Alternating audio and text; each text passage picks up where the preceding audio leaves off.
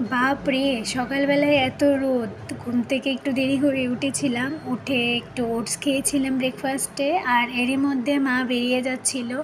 তো আমি গেটটা লাগিয়ে আসি। এসে পড়তে বসে যাই। অনেকদিন পর পড়তে বসি, তাই পড়াতে মন টিকছিল না। যা হোক করে জোর করে একটু সময় পড়েছি। তারপর চলে যাই স্নান করতে। এসে এগুলো দিয়ে স্কিন কেয়ার করে নিলাম। তো তারপর স্নান-টান সেরে চলে আসি খেতে। স্নান করার পরপরই আমার এত খিদে পেয়ে যায় হঠাৎ করে।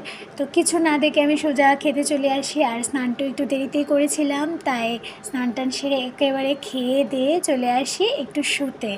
আর কিছু কাপড় ভাঁজ করে রাখাই ছিল, এগুলো গুছিয়ে আমি একটু সময়ের জন্য শুয়ে পড়ি। কিন্তু আমার না সেরকমভাবে দুপুরবেলায় ঘুমানোর অভ্যাস নেই, যেহেতু স্কুল কলেজ থাকতো রোজই।